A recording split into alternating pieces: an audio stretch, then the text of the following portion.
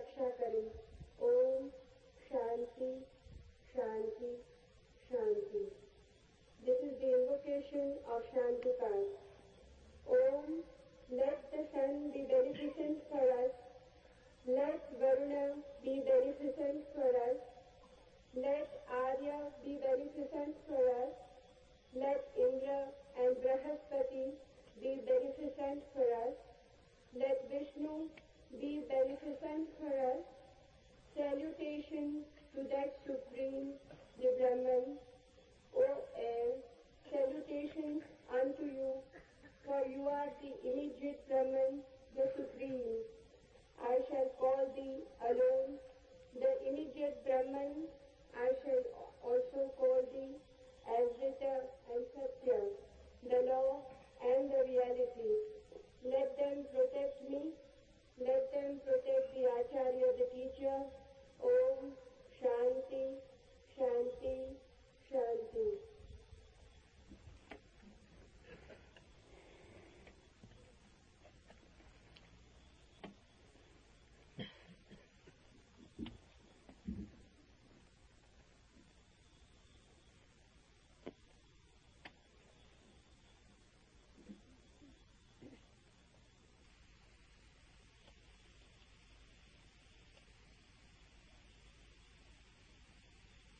मैं वही कहूंगा जो मैं जानता हूं, वही कहूंगा जो आप भी जान सकते हैं। लेकिन जानने से मेरा अर्थ है जीना। जाना बिना जिए भी जा सकता है, तब ज्ञान होता है एक बोझ। उससे कोई डूब तो सकता है, उबरता नहीं। जानना जीवंत भी हो सकता है। तब जो हम जानते हैं वो हमें करता है निर्भर, हल्का, कि हम उड़ सकें आकाश में। जीवन ही जब जानना बन जाता है तभी पंख लगते हैं, तभी जंजीरें टूटती हैं और तभी द्वार खुलते हैं अनंत के।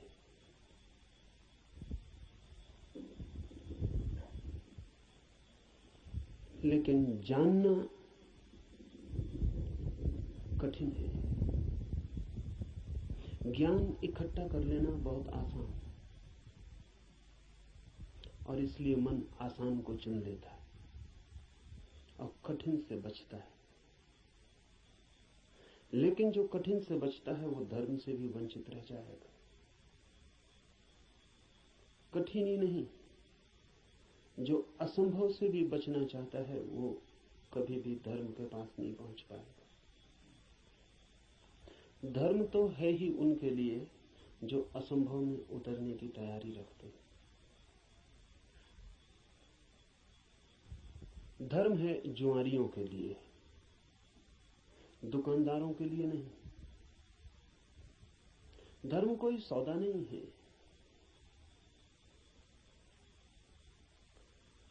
धर्म कोई समझौता भी नहीं है। धर्म तो है दांव। जुआरी लगाता है धन को दांव पर, धार्मिक लगा देता है स्वयं को। वही परम धन है। और जो अपने को ही दांव पर लगाने को तैयार नहीं, वो जीवन के गुह रहस्यों को कभी भी जान नहीं पाएगा। सस्ते नहीं मिलते हैं वे रहस्य। ज्ञान तो बहुत सस्ता मिल जाता है। ज्ञान तो मिल जाता है किताब में, शास्त्र में, शिक्षा में, शिक्षक के पास। ज्ञान तो मिल जाता है करीब करीब मुफ्त, कुछ चुकाना नहीं पड़ता है। धर्म में तो बहुत कुछ चुकाना पड़ता है। बहुत कुछ कहना ठीक नहीं, सभी कुछ दांव पर लगा दे कोई तो ही उस जीवन के द्वार खुलते हैं। इस जीवन को जो दांव पर लगा दे उसके लिए ही उस जीवन के द्वार खुलते हैं। इस जीवन को दांव पर लगा देना ही उस जीवन के द्वार की कुंजी है। लेकिन ज्ञान बहुत सस्ता है। इसलिए मन सस्ते रास्ते को चुन लेता है, सुगम को। सीख लेते हैं हम बातें, शब्द, सिद्धांत, और सोचते हैं जान लिया। अज्ञान बेहतर है ऐसे ज्ञान से। अज्ञानी को कम से कम इतना तो पता है कि मुझे पता नहीं। इतना सत्य तो कम से कम उसके पास है। जिन्हें हम ज्ञानी कहते हैं उनसे ज्यादा असत्य आदमी खोजने मुश्किल। उन्हें यह भी पता नहीं है कि उन्हें पता नहीं। सुना हुआ, याद किया हुआ कंठस्थ हो गया, धोखा देता है। ऐसा लगता है मैंने भी जान लिया। मैं आपसे वही कहूंगा जो मैं जानता हूं, क्योंकि उसके कहने का ही कुछ मूल्य है। क्योंकि जिसे मैं जानता हूं, अगर आप तैयार हो तो उसकी जीवंत चोट आपके हृदय के तारों को भी हिला सकती। जिसे मैं ही नहीं जानता हूं, जो मेरे कंठ तक ही हो, वो आपके कानों से ज्यादा गहरा नहीं जा सकता। जो मेरे हृदय तक हो, उसकी ही संभावना बनती है। अगर आप साथ दें तो वो आपके हृदय तक जा सकता है। आपके साथ की तो फिर भी जरूरत होगी, क्योंकि आपका हृदय अगर बंद ही हो तो जबरदस्ती उसमें सत्य डाल देने का कोई उपाय नहीं है। और अच्छा ही है कि उपाय नहीं है, क्योंकि सत्य भी अगर जबरदस्ती डाला जाए तो स्वतंत्रता नहीं बनेगा, परतंत्रता बन जाएगा। सभी जबरदस्तियां परतंत्रताएं बन जाती। इसलिए इस जगत में सभी चीजें जबरदस्ती आपको दी जा सकती हैं, सिर्फ सत्य नहीं दिया जा सकता, क्योंकि सत्य कभी भी परतंत्रता नहीं हो सकता। सत्य का स्वभाव स्वतंत्रता है। इसलिए एक चीज भर है इस जगत में जो आपको कोई जबरदस्ती नहीं दे सकता, जो आपके ऊपर थोपी नहीं जा सकती, जो आपको पहनाई नहीं जा सकती, उड़ाई नहीं जा सकती। आपका राजी होना अनिवार्य शर्त है। आपका खुला होना, आपका ग्राहक होना, आपका आमंत्रण, आपका अहोभाव से भरा हुआ हृदय। जैसे पृथ्वी वर्षा के पहले पानी के लिए प्यासी होती और दरारें पड़ जाती हैं, इस आशा में पृथ्वी जगह जगह अपने ओंठ खोल देती है कि वर्षा हो। ऐसा जब आपका हृदय होता है तो सत्य प्रवेश कर रहा है।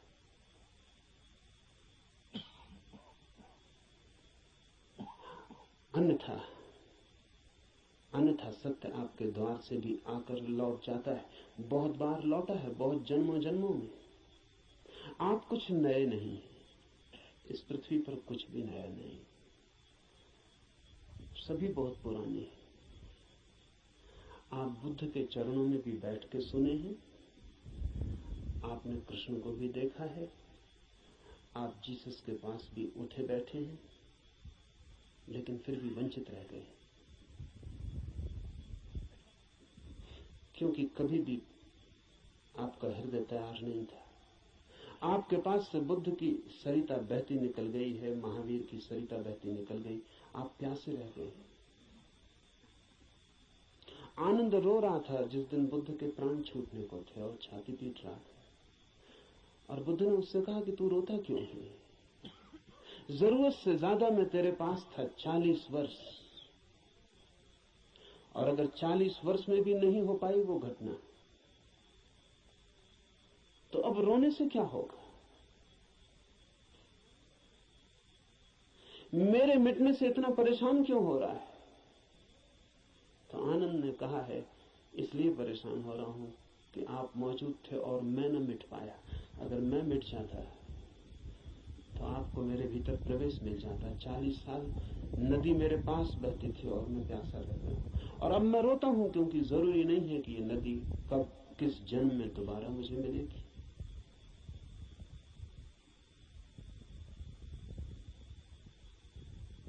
आप कुछ नए नहीं हैं।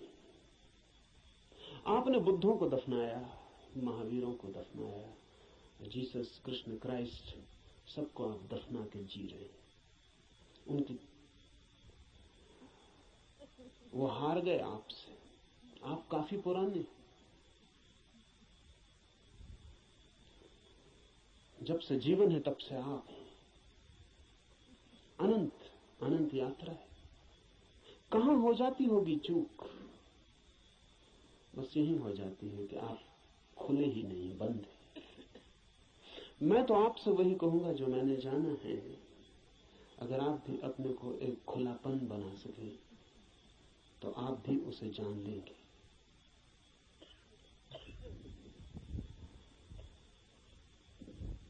और ऐसा नहीं है कि कोई कठिनाई है बहुत, एक ही कठिनाई है और वो आप हैं। कुछ लोग कुतूहल से चलते हैं, जैसे राह चलते बच्चे पूछ लेते हैं इस वृक्ष का नाम क्या है, और अगर आप उत्तर न दें तो तत्क्षण भूल जाते हैं कि उन्होंने पूछा भी था। वो दूसरी बात पूछने लगते हैं कि ये पत्थर यहां क्यों पड़ा है।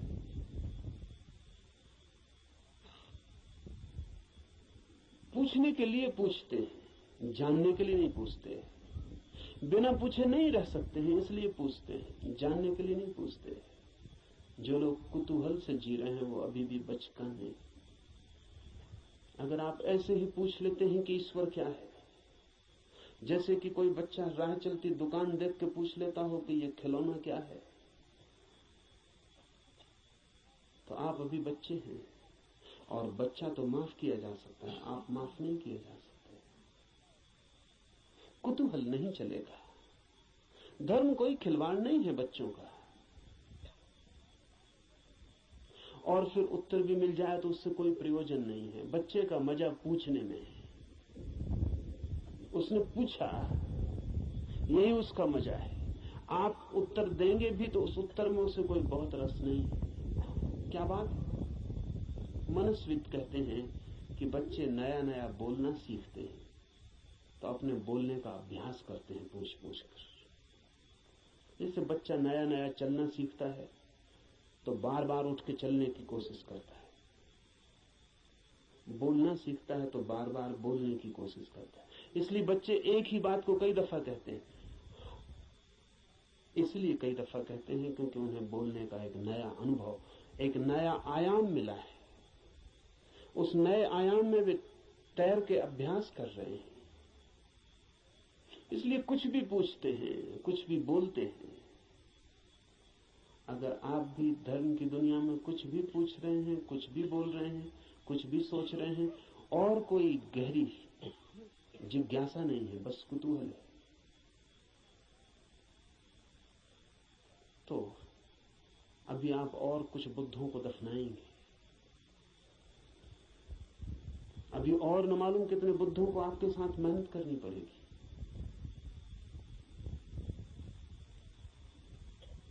कुतूहल से सत्य का कोई संबंध नहीं। कुछ लोग कुतूहल से थोड़ा आगे बढ़ते हैं और जिज्ञासा करते हैं। जिज्ञासा में थोड़ी ज्यादा गहराई है, लेकिन बस थोड़ी ज्यादा। जिज्ञासा भी बहुत गहरी नहीं, वो भी उथली है। क्योंकि जिज्ञासा है केवल बौद्धिक,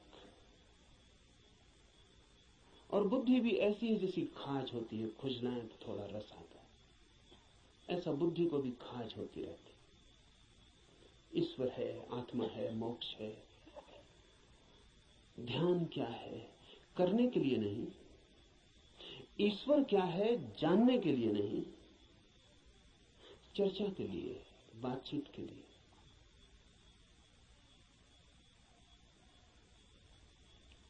एक बौद्धिक मजा है, एक बौद्धिक व्यायाम है।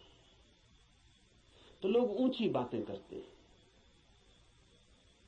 लेकिन उन बातों पर कभी भी कोई दांव नहीं लगाते। ईश्वर है या नहीं, इससे कोई प्रयोजन नहीं है। और ईश्वर हो तो, ईश्वर न हो तो वे जैसे हैं वैसे ही बने रहते हैं। ये बड़े मजे की बात है। एक आदमी मानता है कि ईश्वर है और एक आदमी मानता है कि ईश्वर नहीं, और दोनों की जिंदगी बराबर एक सी। कोई गाली दे तो उसे भी क्रोध आता है जो मानता है कि ईश्वर है, और उसे भी क्रोध आता है जो मानता है कि ईश्वर नहीं। बल्कि कई दफे तो ये देखा जाता है कि जो मानता है ईश्वर है उसे ज्यादा क्रोध आता है, क्योंकि जो मानता है कि ईश्वर नहीं है वो ज्यादा से ज्यादा क्या कर सकता है? आपका गाली दे सकता है, मार सकता है, हत्या कर सकता है। लेकिन जो मानता है ईश्वर है वो आपको नरक तक में सड़ा सकता है। उसके पास ज्यादा उपाय क्रोधित होने के।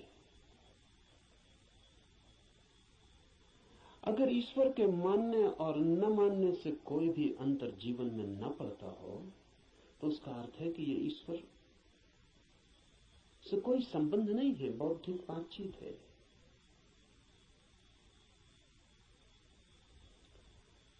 ऐसी जिज्ञासा हो तो आदमी दार्शनिक हो जाता है, चिंतन मनन करने लगता है, शास्त्र अध्ययन करने लगता है, बहुत सिद्धांत इकट्ठे कर लेता है, पक्ष में विपक्ष में सोच लेता है, वाद विवाद करता है, शास्त्रार्थ करता है, लेकिन जीता कभी नहीं।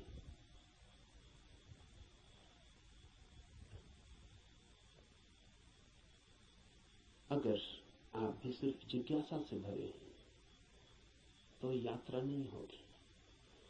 जिज्ञासा से भरे हुए लोग वे हैं जो मील के पत्थर के पास बैठ जाते हैं और पूछते हैं मंजिल क्या है, कितनी दूर है, और सदा यही पूछते हैं, लेकिन कभी उठ के चलते नहीं।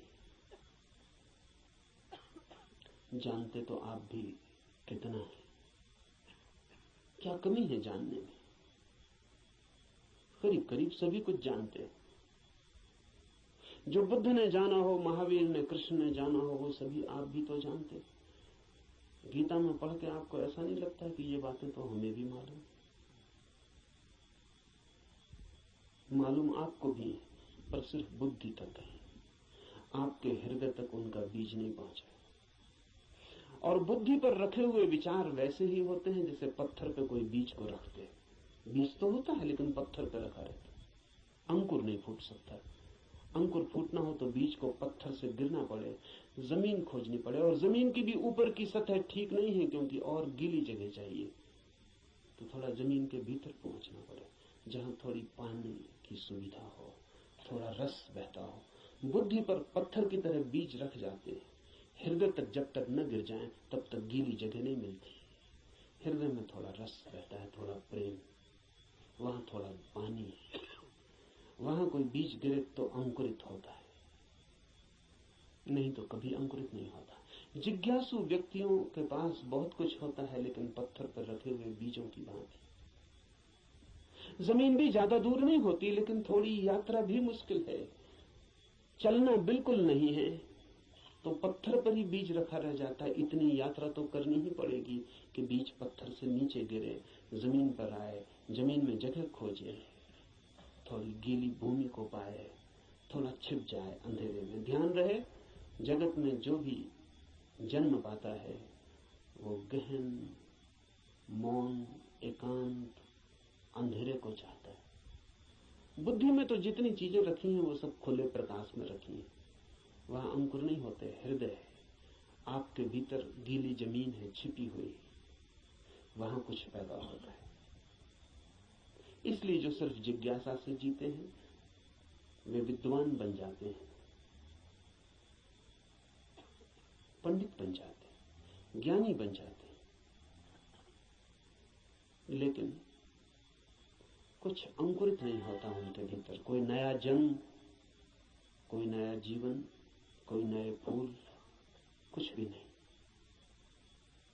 एक और जिससे संबंध है हमारा, एक और भी दिशा है खोज की, उसे हम कहते हैं मुमुक्षा। जानने की फिक्र नहीं है, जीने की फिक्र है।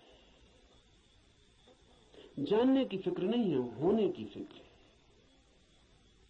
ये सवाल नहीं है कि ईश्वर है, सवाल यह है कि क्या मैं ईश्वर हो सकता हूं। अगर ईश्वर हो भी और मैं ईश्वर न हो सकूं तो कोई सार नहीं है। सवाल ये नहीं है कि मोक्ष है, सवाल ये है कि क्या मैं भी मुक्त हो सकता हूं। अगर मैं मुक्त हो ही ना सकूं और मोक्ष हो भी कहीं तो क्या अर्थ है। ये बात नहीं है कि आत्मा है भीतर या नहीं, हो या ना हो। सवाल असली ये है कि क्या मैं आत्मा हो सकता हूं।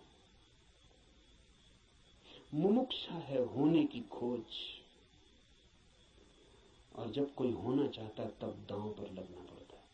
इसलिए कहता हूं धर्म है जुआरियों का काम। वही कहूंगा जो मैं जानता हूं, जो जिया है। अगर आप तैयार हुए दांव पर लगाने को, तो जो मेरा अनुभव है वो आपका अनुभव भी बन सकता है। अनुभव किसी के नहीं होते, जो भी लेने को तैयार हो उसी के हो जाते हैं। सत्य पर किसी का कोई अधिकार नहीं, जो भी मिटने को राजी है वही उसका मालिक हो जाता है। सत्य तो उसका है जो भी उसे मांगने की तैयारी दिखलाता है, जो भी अपने हृदय के द्वार खोलता है और उसे पुकारता है।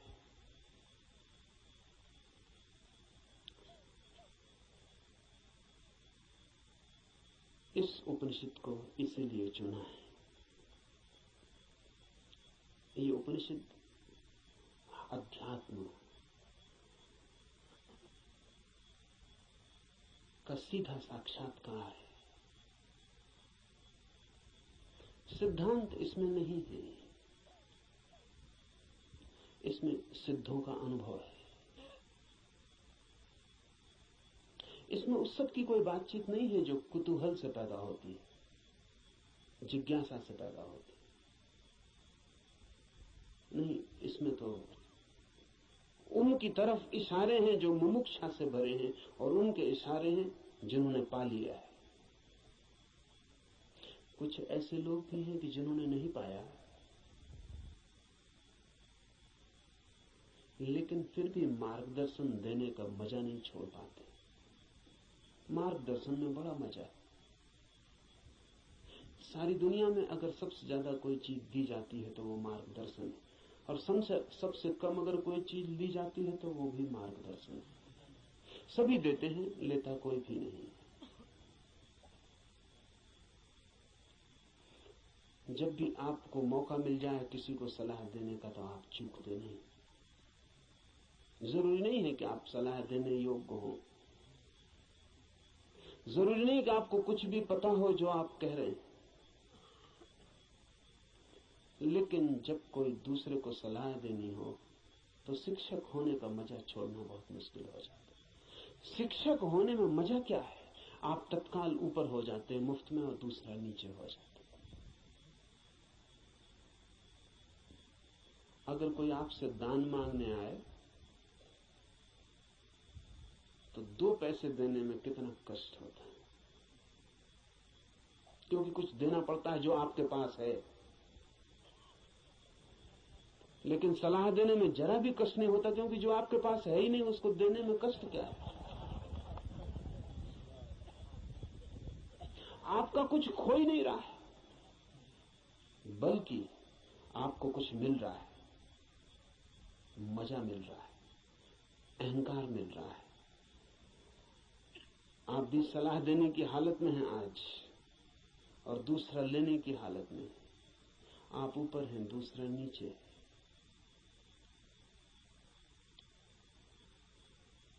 इसलिए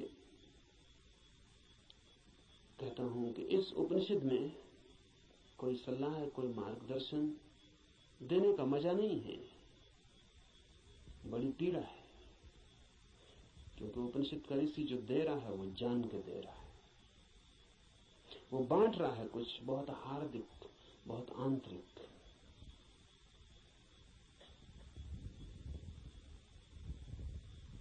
संक्षिप्त इशारे हैं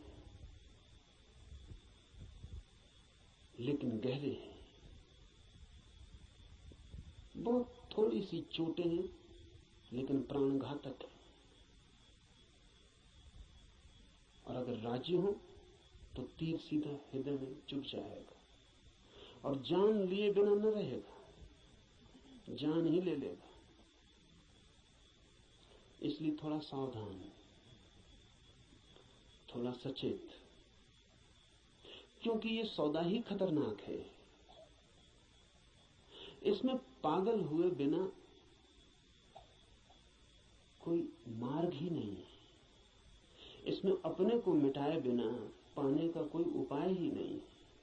यहां तो खोने वाले ही बस पाने वाले बनते हैं। और इसीलिए इस उपनिषद को भी चुन लिया है। ऐसे तो सीधा ही आपसे कह सकता हूं, कोई कारण इस उपनिषद को चुनने का नहीं है। बहाना, आड़, क्योंकि तीर सीधा मारो आदमी बच सकता है, उपनिषद की आड़ से थोड़ी सुविधा रहेगी,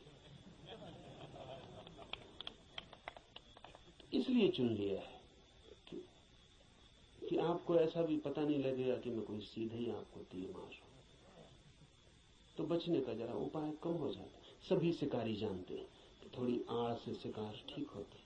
ये उपनिषद सिर्फ आड़ है और इससे कुछ लेना देना ज्यादा नहीं। जो मैंने जाना है वही कहूंगा, लेकिन उसमें और उपनिषद में कोई अंतर नहीं है, क्योंकि इस उपनिषद के ऋषि ने जो कहा है वो जानकर ही कहा।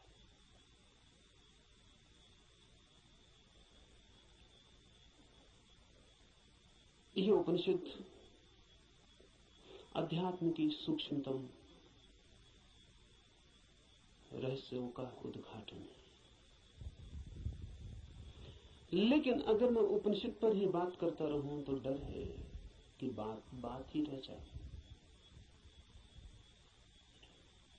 इसलिए चर्चा तो पृष्ठभूमि होगी।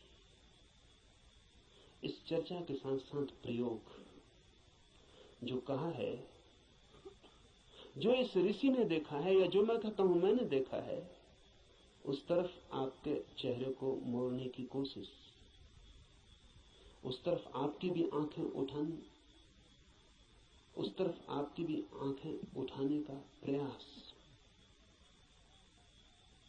वही मुख्य होगा। उपनिषद की बात तो सिर्फ हवा पैदा करने के लिए होगी कि आपके चारों तरफ वे तरंगें पैदा हो जाएं, कि आप भूल जाएं 20वीं सदी को, पहुंच जाएं उस लोक में जहां ये ऋषि रहा होगा। मिट जाए ये जगत जो चारों तरफ बहुत बेरौनक और बहुत कुरूप हो गया है, और याद आ जाए उन दिनों की जब ये ऋषि जिंदा रहा होगा। एक हवा, एक वातावरण, बस उसके लिए उपनिषद, पर उतना काफी नहीं है। जरूरी है